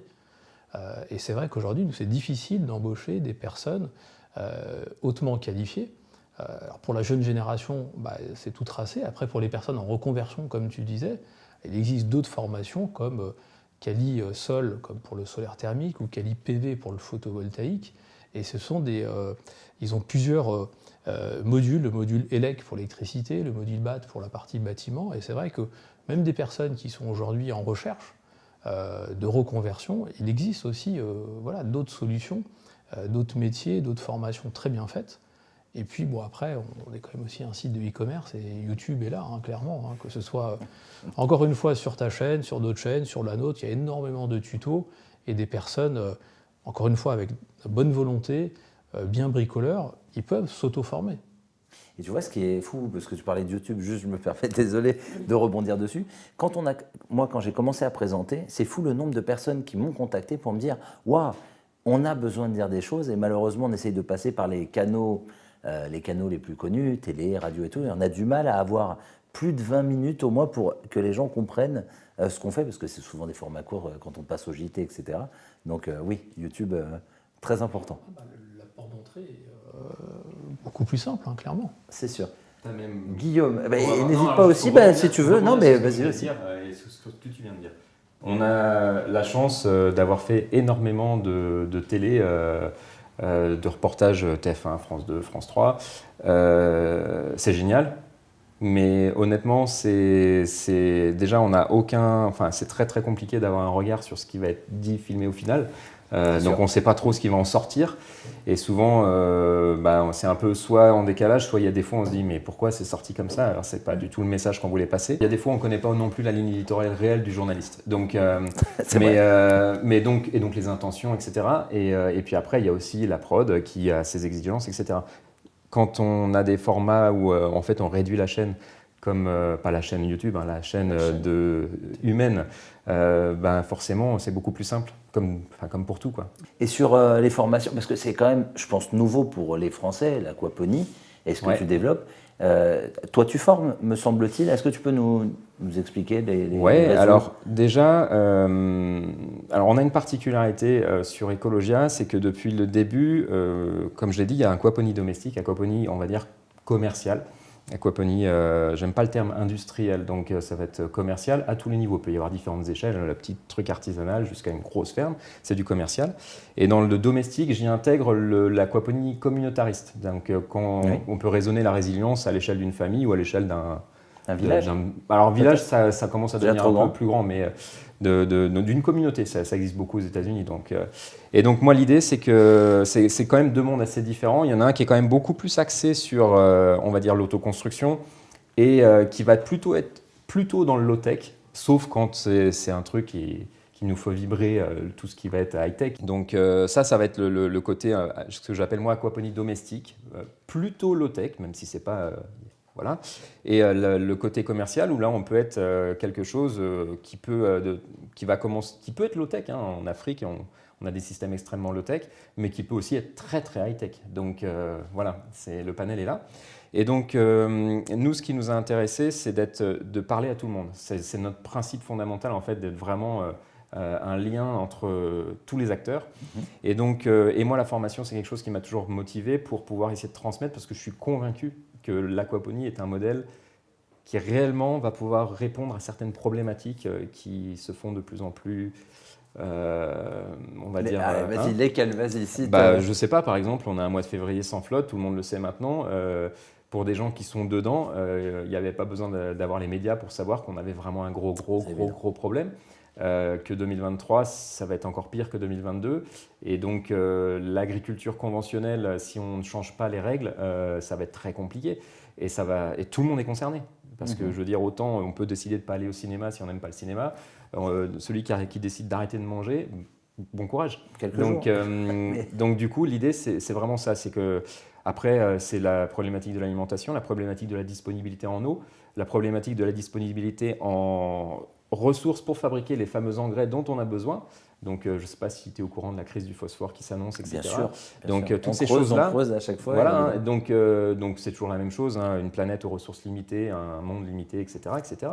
Donc, ça, c'est des choses que moi, je prêchais déjà quand j'étais à l'agro, et forcément, ça n'avait pas beaucoup d'écho il y a 25 ans, que maintenant, on en parle beaucoup plus. Toi, dans tes formations, tu commences par ça? Premier jour. Ah bah, ouais, histoire de mettre les choses voilà. Non, en gros, l'idée, c'est que du coup, on a vraiment fait deux styles de formation. On a ce qu'on appelle les formations courtes qui nous permettent soit de l'initiation, vraiment, c'est ce que j'appelle moi l'ouverture des chakras. Donc, ça permet Madame ou monsieur tout le monde qui voudrait C'est avoir exactement un l'aquaponie. En gros, je voudrais savoir si c'est pour moi. peu importe l'échelle. Est-ce que c'est pour moi? Est-ce que c'est un truc qui me cause, etc. Parce que ça a l'air quand même assez technique, mais justement, ça a l'air cool, le côté technique, enfin voilà. Donc, en gros, ça, c'est vraiment premier jour, ça permet de faire c'est pour moi ou c'est pas pour moi.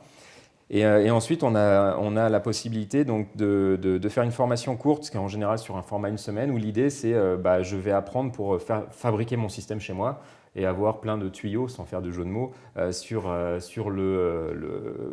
comment je peux bricoler mon truc, les notions de thermique qu'il faut avoir, etc. quand on va faire un poisson d'eau froide, par exemple, et ne pas, quand on est... On ne met pas sous serre, quoi. Si, par exemple, quel poisson j'ai le droit d'utiliser, on pourrait parler réglementation, etc. et tout ça. Bref, tout un tas de trucs, parce que le monde de l'aquaculture, ça paraît hyper facile, on met des poissons rouges dans un bac, et puis d'accord, mais les poissons rouges, ça se mange pas. Combien il y en a qui tuent rien que les poissons rouges parce qu'ils n'arrivent pas à s'en occuper? Bon, faut vraiment être mauvais pour tuer des poissons rouges. Ouais, on ne le souhaite pas. Ici, on n'est pas là pour. Mais donc, je suis désolé si j'ai vexé quelqu'un, mais c'est vrai. Donc, si on tue des poissons rouges, c'est pas la peine d'essayer d'aller mettre de la truite. Ça va très très mal se passer. C'est sûrement plus complexe. Et les poissons rouges, ça se mange pas. Donc du coup, l'idée pour moi, c'est d'essayer vraiment de guider les gens pour qu'ils soient à l'aise pour ensuite monter leur truc chez eux. Et ça marche bien. C'est vraiment et du coup, après Covid, ça a accéléré ça. Hein. Le côté j'ai envie d'être résilient, etc. Donc ça, c'est plutôt intéressant. Et après, il y avait le volet commercial. Et le volet commercial, moi, il y a deux mondes. Il y a le monde de la personne qui souhaite monter son projet. Donc c'est ce que j'appelle les porteurs de projets commerciaux, quelle que soit l'échelle de son projet, hein, qui ont vraiment besoin d'avoir des compétences, des connaissances sérieuses, etc., qui embaucheront des personnes, ils vont devenir chefs d'entreprise. Et il y a aussi les gens qui vont être embauchés. C'est ce que j'appelle moi les opérateurs techniques ou les ouvriers, mais enfin les opérateurs techniques de l'installation. Et eux, aujourd'hui, on commence à avoir des besoins pour les former. Donc c'est vraiment tout juste là-dessus. Mais on n'empêche que ce sont les deux métiers qu'on a fait reconnaître par l'État et sur lesquels on s'est positionné, pour lesquels on est la seule école en France à faire des diplômes d'un niveau en gros Bac+2 pour le technicien supérieur en aquaponie. Reconnu d'État. Et donc nous, on fait la formation et on fait la certification. On a les deux casquettes. Et l'idée, c'est qu'un porteur de projet, une fois qu'il est passé par cette phase-là, moi, ce sur quoi je m'engage, c'est qu'ils vont avoir une connaissance générale qui leur permettra d'appréhender le monde dans lequel ils mettent le bras, enfin même le corps entier. Connaissent aussi moi j'appelle ça les forces en présence, les gens sur lesquels s'appuyer. On ne va pas tout faire, il faut savoir faire. Ouais. Et donc, par exemple, si on veut du solaire, vers qui se tourner, si on veut un bureau d'études, vers qui se tourner, être capable de chauffer l'eau sans trop d'énergie. Exactement, si on parle d'un bâtiment dans lequel on va mettre les poissons, quelles caractéristiques ça serait bien qu'il ait ce bâtiment, pourquoi, où est-ce que je le positionne, la serre, etc. etc. Et l'idée, c'est de se dire, j'ai un peu une cartographie de tous ces gens qui vont interagir à un moment ou à un autre avec moi, les fournisseurs d'aliments pour les poissons, les transformateurs, est-ce que c'est bio, le matériel, les fournisseurs de matériel, bref, toutes ces choses-là. Le bio, c'est autre chose, mais tu ne peux pas être bio en aquaponie parce que c'est hors sol. Point, final. On parle de réglementation là. Ouais. Donc même si déontologiquement et jusqu'au bout, c'est pour moi mieux que le bio dans le sens, alors attention à ce que je dis là, dans le sens où on peut garantir par rapport à certaines pratiques du bio. Moi, j'adore le bio, donc je vais certainement pas cracher dans la soupe. Mais on ne peut pas utiliser, si on fait de l'aquaponie de manière vraiment puriste, j'ai envie de dire, on ne peut pas utiliser de phytosanitaires, on ne peut pas utiliser de traitements hormonaux, etc. Sinon, on risque de déglinguer la chaîne et de déglinguer l'écosystème. Et donc, du coup, on peut vraiment travailler là-dessus. Après, la certification bio en France, en Europe, ce n'est pas possible en hors-sol. Les lignes sont en train un peu de bouger, mais il y a 2 certifications bio qui existent aux États-Unis en aquaponie. Donc voilà, ça dépend de là où on est. Moi, j'ai une petite question par rapport justement aux formations. On m'a noté dans ma communauté qu'on ne voyait pas cette femme quand on présentait. Je vais aussi vous demander, messieurs, Laurent, je vais me permettre de demander, on va dire, sur une centaine de personnes que j'ai interviewées. J'ai été sollicité quand même par 90% d'hommes et très peu de femmes. Je voulais savoir si, vu que l'autonomie a une grosse partie technique, je voulais savoir si la technique fait peur aux femmes ou c'est peut-être qu'elles ont peut-être moins envie de s'afficher dans ces milieux. Est-ce que toi, par exemple, sur les personnes qui pourraient être formées, il y a du 50-50 hommes-femmes, est-ce que tu peux nous faire un petit retour là-dessus, s'il te plaît? Et messieurs aussi. Très, très étonnamment, notre agence s'appelle No Man's Land, ça n'a pas de rapport, mais néanmoins, on avait effectivement pendant longtemps une majorité de femmes. Personnellement, par alors on va dire, c'est pas du favoritisme, mais assez naturellement, j'ai assez tendance à solliciter les femmes. Maintenant, je pense que dans les formations, on était à peu près à 50-50 sur celles que j'ai pu faire. Ok. Je pense pas que ça soit le souci. Je vois aucune raison qui interdise aux femmes de travailler dans ce secteur-là. Aucune. Moi, c'était aucune. pas interdire, c'est Non, plutôt enfin, est-ce qu'il y a qui des thèmes interdisent, qui non, mais attirent plus. même dans le sens où on pourrait dire que c'est des métiers d'hommes ou de femmes parce que c'est plus rude et que dans le relationnel, par exemple, sur un chantier, c'est plus difficile parce que on a affaire à des hommes qui ont une certaine stature, etc. Et en fait, on s'aperçoit, en tout cas moi c'est ce que j'ai rencontré depuis le début de ma carrière, c'est que plus on est une femme, justement, moins on est dans l'affrontement. Et il n'y a pas le côté testostérone, Ouais. donc du coup, en fait, on est tout de suite dans un système beaucoup plus... c'est même pas doux, c'est fluide, voilà, c'est ça, il n'y a pas d'affrontement. Et l'affrontement, il ne vient vraiment que si en face de soi, on a un personnage tout à fait odieux. Donc, pour moi, il n'y a pas de raison. Et je pense que, après, en tout cas, le milieu de l'architecture est un milieu extrêmement varié, puisque ça va du chantier le plus béton à de la décoration, le plus truc joli, objet, petit, design, très dans le détail. Donc, et en passant par l'assistance à maîtrise d'ouvrage. Donc, le champ des possibles est extrêmement large. Et donc, il est fort possible qu'on ne retrouve pas toujours aux mêmes endroits les choses. Après, il est vrai que le bâtiment est un univers, on va dire, traditionnellement plus masculin, comme on peut dire ça, c'est un bagage ancien. Je pense que c'est en train, voilà, c'est historique, mais c'est vraiment en train de changer. Même moi, quand j'ai fait mes études, on était loin d'être à 50%, mais il y avait déjà quand même pas mal de femmes. Voilà. Les mentalités changent. Je pense que les mentalités changent. Après, c'est des histoires de goût, d'appétence. Est-ce que tout le monde s'intéresse au thermique? Pas forcément. Et est-ce que tout le monde s'intéresse au sujet technique? Pas forcément.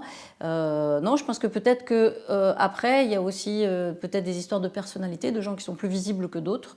Et peut-être que ceux qui sont visibles sont plus facilement repérables et invitables, entre guillemets, et qu'il y a peut-être des gens extrêmement talentueux, qualifiés, qui seraient des femmes, peut-être plus discrètes, peut-être, et qu'il faut solliciter. Donc il faut aller à la recherche. Je pense qu'elles existent sans aucun problème. Alors moi, je vais te faire une parallèle par rapport à ça, parce que j'ai déjà eu ce débat plusieurs fois, justement, quand on me disait on ne voit pas cette femme, je dis mais contrairement à ce qu'on pourrait imaginer, et ça je ne peux pas l'expliquer, mais quand j'interviewe une femme, j'ai plus de vues rapidement. Peut-être le fait de mettre, tu sais, ce qu'on appelle les miniatures, je fais plus de vues. Donc à titre très intéressé, c'est bien, tu vois, et je ne demande que ça. Mais c'est pas une recherche de tiens, on va mettre plus ça. Mais c'est vrai que j'ai remarqué une chose, Mickaël, je fais aussi le parallèle. Il m'est arrivé d'appeler assez souvent, surtout au début, quand je voulais installer mon système, des services techniques, et j'ai eu très peu de femmes pour m'accompagner. Est-ce que toi, dans ton équipe, tu le repères et dans les écoles, justement, est-ce que tu vois un changement, justement? C'est très déséquilibré. Dans notre bureau d'études, on a 15 personnes, il n'y a que 3 femmes. Et je leur pose la question, dans les bancs des écoles, c'est la même chose. Donc on a la même proportion qui ont été formées. Alors après, c'est vrai que dans notre entreprise, on a aussi la partie marketing, ils sont 4 personnes, là c'est parfaitement équilibré, 2 hommes, 2 femmes. Mais dans la partie technique, c'est pas qu'on veut pas ou qu'on cherche pas ou quoi que ce soit, c'est la réalité des choses. C'est que les bancs des écoles aujourd'hui, alors peut-être qu'ils attirent pas assez, et pourtant c'est dommage parce que c'est un très beau métier, mais la réalité c'est que on a 3 femmes sur 15 hommes. Ah oui, tu disais qu'il y avait peut-être plus de technicité On n'est pas dans le même secteur, ingénieur et architecte, c'est 2 bien univers très différents. Donc moi je pense que, j'ai pas les chiffres exacts, mais je verrais bien 50-50 sur les bancs des écoles, mais à voir. Mais après, est-ce que par contre toutes ces femmes continuent à travailler dans le secteur bâtiment?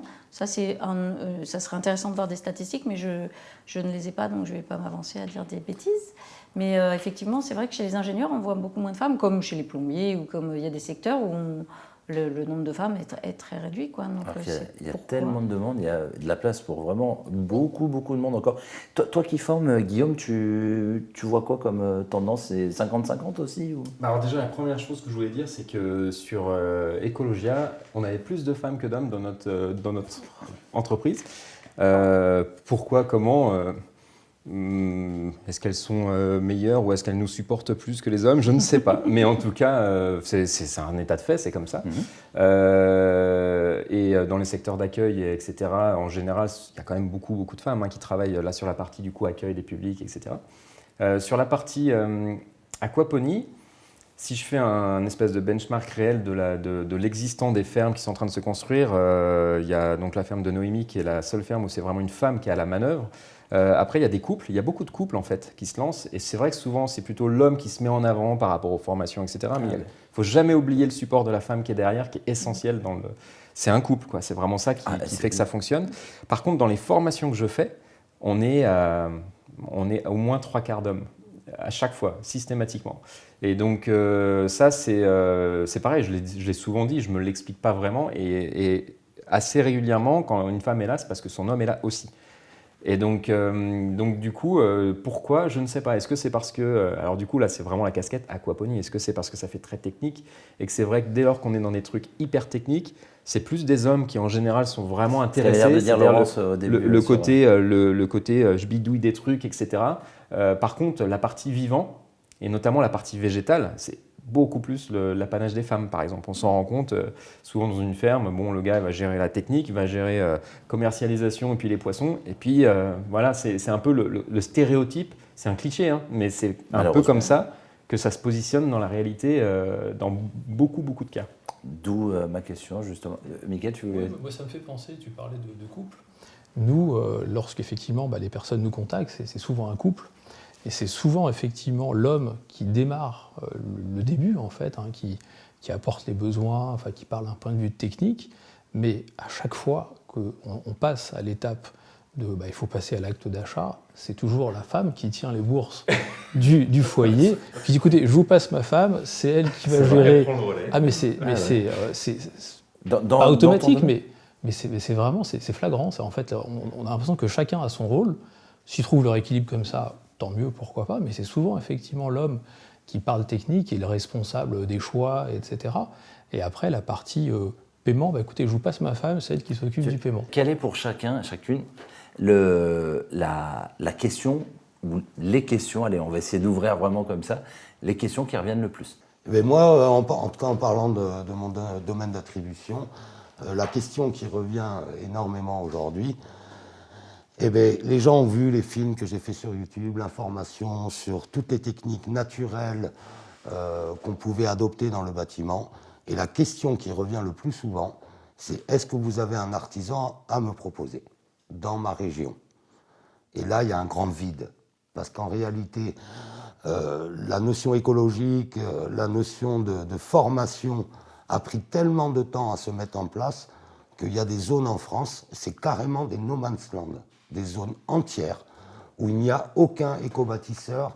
Et les seuls qu'il y a sur le marché, c'est des gens qui se sont improvisés. Allez, sans pousser l'extrémité, ce n'est pas des gens qui ont été formés pour être des vrais artisans compétents et tout ça, mais c'est des gens qui se sont improvisés ou auto-formés pour pouvoir répondre à la demande. Mais aujourd'hui, l'offre et la demande, il y a un tel décalage qu'il y a des zones, par exemple, nous, je peux citer le sud de la France où je suis, ça fait 25-30 ans qu'on est vraiment...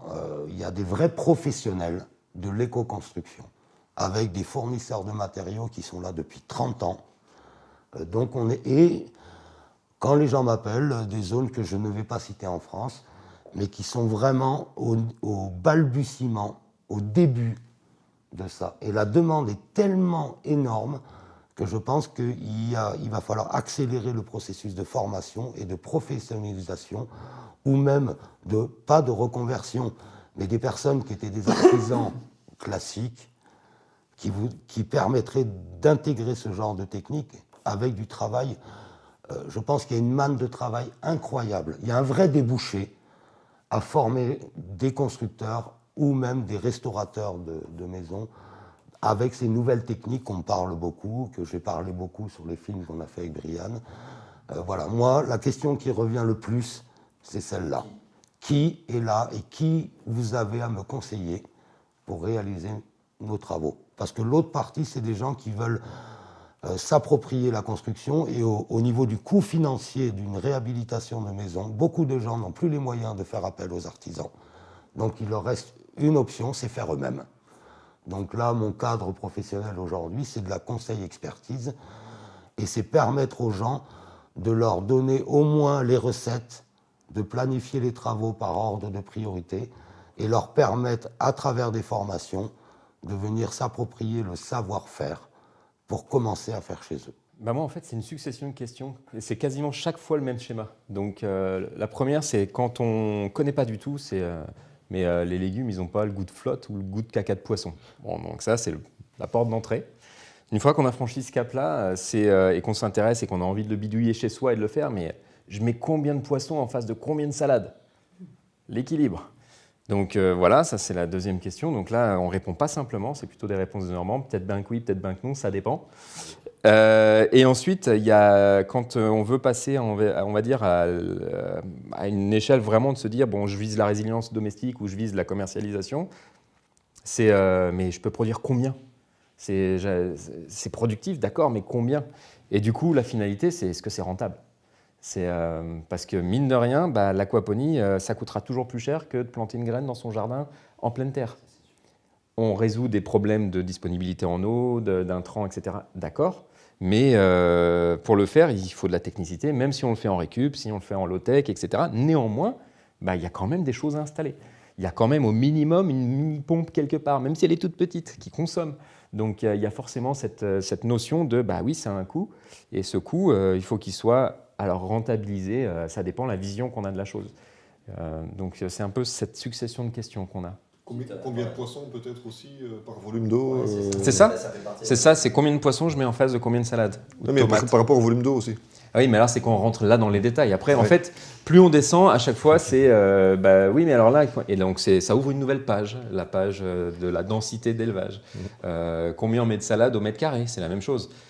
Combien on met de tomates, quelle hauteur je dois avoir sous ma serre, etc. Là, évidemment, on rentre vraiment dans le dur. Et au fur et à mesure, on se rend compte que c'est une multitude de questions auxquelles il faut avoir des réponses avec un certain background pour pouvoir se dire je réponds intelligemment par rapport à la question parce que j'ai tout ça derrière qui permet de répondre à la bonne question. Je pense que s'il y a une question qui arrive immédiatement, en fait, c'est peut-être la première question. Après, il y a des tonnes de questions qui se posent, mais la première question, c'est sans doute combien ça coûte. Et ce combien ça coûte, il amène toujours à expliquer le petit surcoût qui existe inévitablement dans une maison individuelle. Puisque quand on est sur des gros bâtiments, en fait, le surcoût disparaît. Sur les petits bâtiments, il reste, puisqu'en fait, on va mettre plus d'isolant, on va rajouter un système, on va rajouter une double flux.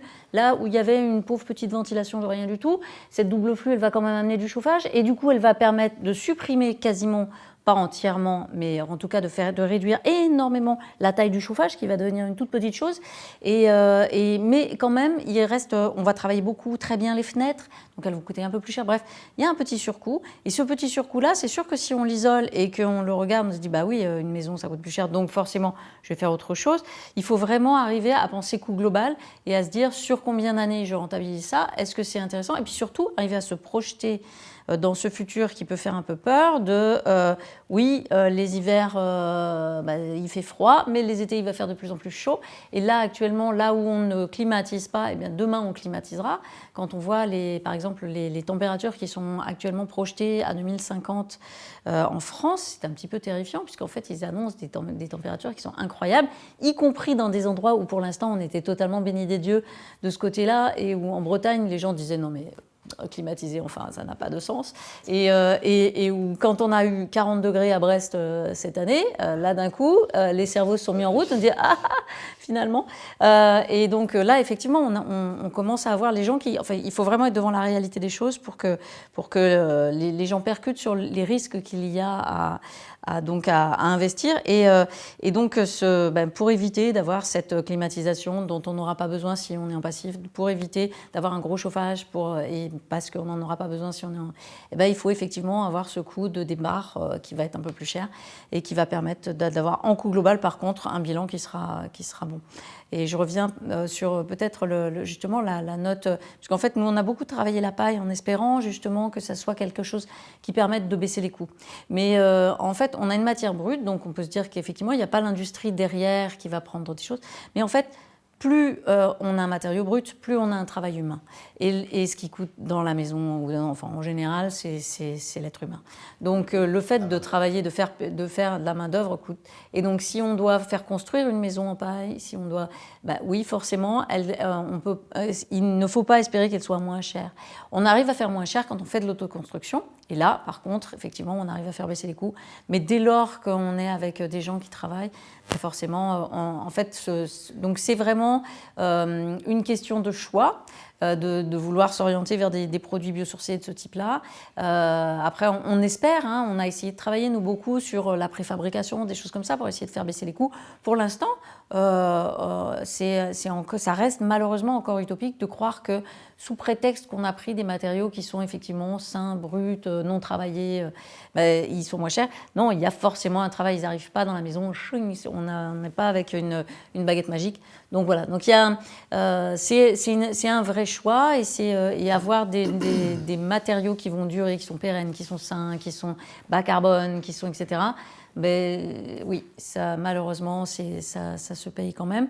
Voilà, donc voilà une des questions en tout cas qui est une vraie question et qu'il faut savoir arriver à regarder avec le bon côté avec la bonne analyse, en ne regardant pas que le coût immédiat, mais bien en regardant sur le coût global de la durée de vie de la maison, ou en tout cas de la durée sur laquelle on veut garder la maison, et de s'interroger si on va y retrouver un bénéfice, qu'il soit financier ou de confort, puisque c'est toujours pareil. Ne pas avoir, là on a monitoré un petit peu une maison passive qu'on a fait et on a eu encore vérifié les températures cet été. Là où on était à 29 voire plus, en fait la maison est restée à 23-24 degrés tout l'été. Et donc on avait vraiment une sensation de fraîcheur quand on arrivait dans cette maison, qu'on ne pourrait avoir qu'avec une climatisation si on n'avait pas une maison passive. Donc voilà, il y a le confort, le coût global. Là, c'est dans le cadre de la construction, oui. Pas dans la réhabilitation. Alors, on fait également de la réhabilitation en passif. On arrive à faire exactement la même chose. Alors, mais avec des contraintes plus fortes, avec de temps en temps des zones qu'on est un petit peu obligé d'accepter comme étant des ponts thermiques parce que on a un sol non isolé, on est obligé de faire avec, parce qu'il est très beau, parce qu'il y a des contraintes. Mais on arrive à faire du passif avec la réhabilitation, on en a fait plusieurs et les gens sont très contents. Donc avec des consommations qui sont très basses et un confort d'été qui est très bon. Donc la réhabilitation, de toute façon, c'est l'enjeu de demain. Je pense que si c'est quelque chose aussi où on peut faire aussi beaucoup de choses en auto-construction ou en auto-réhabilitation. Et c'est un chantier en soi, la réhabilitation. Et c'est vraiment un très beau... De toute façon, ça me semble être la clé de ce qui va suivre, puisqu'en fait, on ne va pas construire tous les logements à venir. On va réhabiliter l'énorme majorité des logements, qu'ils soient collectifs ou qu'ils soient individuels. Et donc, il faut apprendre à travailler comme ça. Et donc, nous, on aime bien ça, là. Donc, mais c'est un énorme chantier, ça, la réhabilitation. Oui. Et c'est un très beau secteur. Curieusement, c'est certainement pas celle du prix. Parce que les gens me posent rarement la question de chipoter sur le prix ou me poser une question, tiens, qu'est-ce que ça vaut ceci ou qu'est-ce que ça vaut cela, parce qu'ils ont mon devis d'emblée, mais c'est très, très rare quand il y a quelqu'un qui me repose des questions ou remet en cause ou en question quelque chose sur mon devis. Même pas sur l'origine non plus des matériels, parce que bon, peut-être qu'ils me font assez confiance aussi en sachant que tous mes matériels sont bien choisis aussi, bien sélectionnés, et que je vais chercher vraiment la qualité et la performance plus que l'origine. Parce que bon, j'ai des matériels qui viennent de Belgique, d'Italie, d'Allemagne, un peu de France. J'ai un filtre qui est anglais aussi, je crois. Enfin bon, voilà, mais ça reste en Europe. Et quelques cartouches qui peuvent venir aussi plutôt d'Asie, parce qu'il y a de très, très bons fabricants aussi. Il n'y a pas que des copies et des contrefaçons en Asie, mais il y a de très bons fabricants aussi, en Inde aussi d'ailleurs. Mais voilà, mais je pense que la plus grosse question, enfin c'est une double question, c'est comment ça se passe et est-ce que vous pouvez nous accompagner dans notre projet et comment ça se passe et par qui, quoi. Je pense que c'est surtout ça qui est un peu le centre du premier questionnement en général. Parce que, bon, comme tu disais, Nono, il y a un gros manque de formation en France. La France est vraiment en déficit de formation, de bonnes formations professionnalisantes, en tout cas, parce que des formations, il y en a, mais bon... voilà, et c'est pour ça que moi j'ai lancé ma propre formation pro aussi pour développer mon propre réseau pro aussi. Parce que, comme tu disais, les gens m'appellent, oui, mais à part vous, il y a qui on fait appel à qui voilà, bon, quand c'est en Alsace, en Bretagne et tout, moi qui suis du Sud, et il faut que je fasse le déplacement aussi moi-même, donc je tourne au niveau national et tout, mais je ne peux pas tenir comme ça non plus. Et que c'est pas écologique. Non. Les déplacements sont des centaines de kilomètres, c'est à l'encontre même du principe de ça. Donc, pour une cohérence, pour moi, je pense que c'est un réseau territorial qui doit être installé. J'en avais parlé la dernière fois, de constituer des réseaux et peut-être de travailler aussi avec des corps de métier qui ont moins l'habitude de travailler ensemble pour essayer vraiment de former une génération de professionnels pour répondre à la demande et aux contraintes du changement climatique et du coût énergétique de la consommation d'une maison. Parce que ça, c'est un paramètre qui vient de changer récemment et qui rentre énormément en compte. Et moi, depuis... Moi, depuis qu'il y a un Gugus là, qui m'a fait intervenir là, et tout, avec des vidéos à la con, là, c'est vrai que je me suis fait complètement submerger là, mais de manière hallucinante. Et voilà, maintenant, ça faisait quand même 3-4 ans que j'étais en train de préparer la formation, mais que je préparais au départ sous forme plutôt vidéo, thématique pour certains corps de métier. Et là, maintenant, un peu par contrainte, je veux dire, j'ai été obligé de développer ma propre formation pour développer et créer mon propre réseau pro national sur mon propre concept. Parce que, voilà, avec mon groupe de formés, là, mon deuxième groupe, là, on se posait la question aussi de la concurrence. Et je dis, bon, la concurrence, il n'y a pas grand-chose. Donc les gens qui veulent vraiment tendre sur une autonomie, on s'adresse à qui? Au secours. Et donc ça, c'est souvent la première grosse question aussi, parce qu'ils ont déjà cherché aussi sur le terrain. Et voilà, même chose. On ne trouve pas les professionnels adaptés, adéquats pour l'autonomie. Voilà, mais déjà au niveau régional, mais aussi qui travaillent dans un certain esprit, qui travaillent dans une cohérence aussi et qui peuvent aller jusqu'au bout et assurer l'accompagnement comme je le fais de A à Z aussi. Et voilà, donc la plus grosse question, le plus gros problème en tout cas pour les gens, comment on fait et avec qui, et c'est souvent ça qui pose problème. Donc, Je voulais tous vous remercier aussi les personnes qui sont intervenues avant. Si vous avez encore une multitude de questions, parce que je pense que ça va générer beaucoup de questions et je sais qu'on n'a même pas dit 1% chacun de ce qu'on aurait pu dire, on sera au Salon de l'Autonomie et c'est pour ça qu'on est en association avec le Salon Vivre Autonome. Nous serons sur place, vous pourrez poser vos questions parce que je sais qu'à chaque fois qu'on fait des vidéos, il y a 1 milliard de commentaires. Si vous avez des questions en commentaire, vous pouvez le mettre, ça ne mange pas de pain, comme on dit. Mais n'hésitez pas à nous retrouver au Salon de l'Autonomie parce que nous aussi, ça nous fait plaisir de voir réellement les questions parce que quand on a les personnes en face, les conversations sont assez différentes de ce qu'on peut voir en commentaire, en général. Donc je voulais remercier toute l'équipe, merci de vous être déplacés. Chacun fait quand même un beau déplacement pour pouvoir se réunir. Et j'espère que pour vous, vous en saurez un petit peu plus sur comment l'autonomie se développe depuis certaines années.